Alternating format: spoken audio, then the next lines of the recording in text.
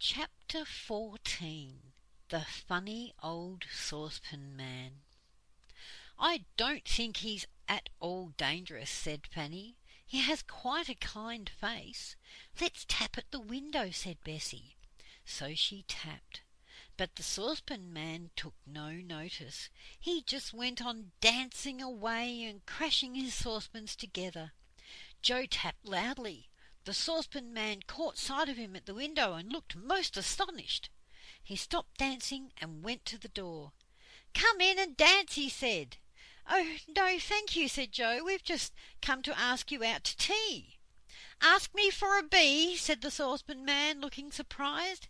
"I'm sorry, but I don't keep bees, only saucepans." "Not bees," said Joe, "to ask you out for tea." "But I don't want to go to sea," said the saucepan man. "I don't like the water at all, never did. Very kind of you, I'm sure, but I hate the sea."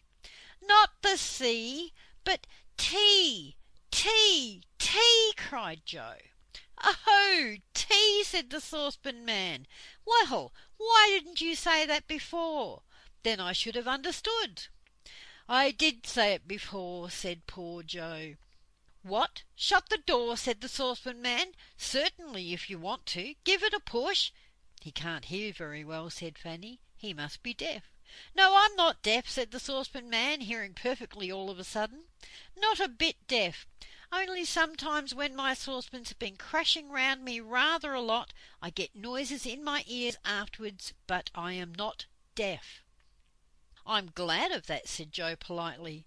"Cat? No, I haven't got a cat," said the saucepan man, looking round. "Did you see one?"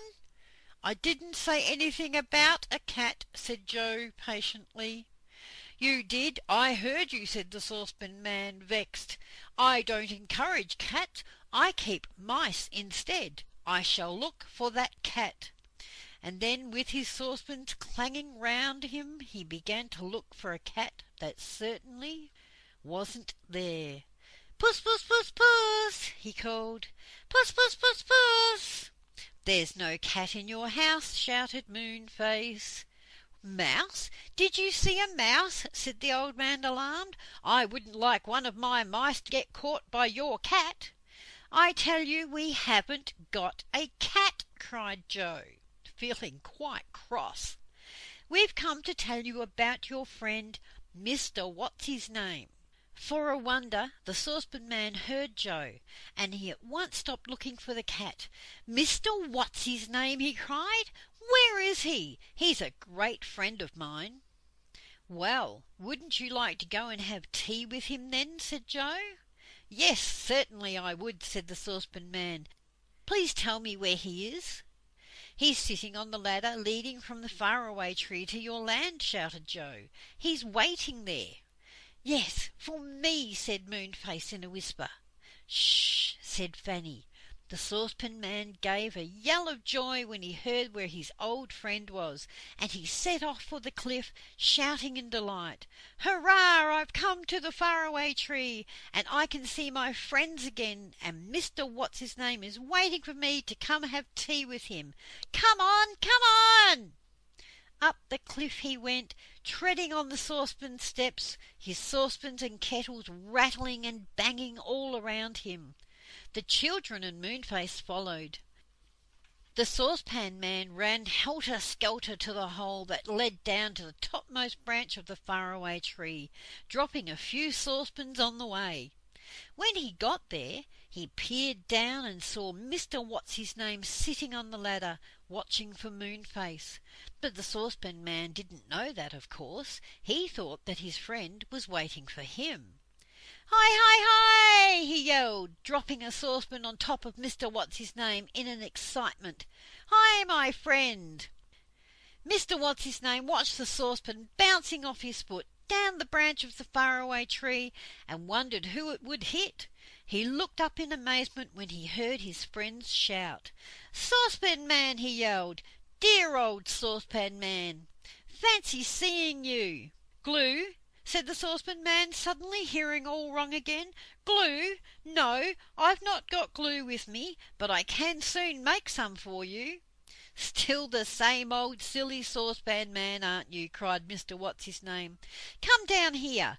I didn't say anything about glue. Come and have a cup of tea with me. The kettle's boiling." "I don't want oiling," said the saucepan man, though he really sounded as if he did. He was so full of clangs and clatters. "I'll come and have tea and talk with you. Hurrah!" He put his foot on the ladder, but unfortunately he stepped on a kettle that had got around his leg, and down he went. Clatter, bang, crash, smash, clang! Mr. What's-his-name caught at him as he went past, and down he went too, rolling off the ladder and down the branch, past Moonface's door and down the tree. "There you go," said Moonface in delight, "all mixed up with kettles and saucepans. What a joke! They'll give old Mother Wash a lot of fright if they fall into her wash-tub." The children laughed till they cried.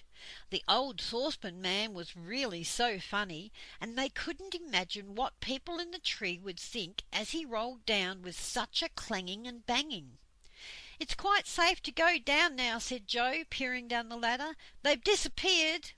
I shouldn't wonder if they're at the bottom of the tree by now. Come on, Moonface." So down the ladder they all went, slid down the topmost branch and opened Moonface's door.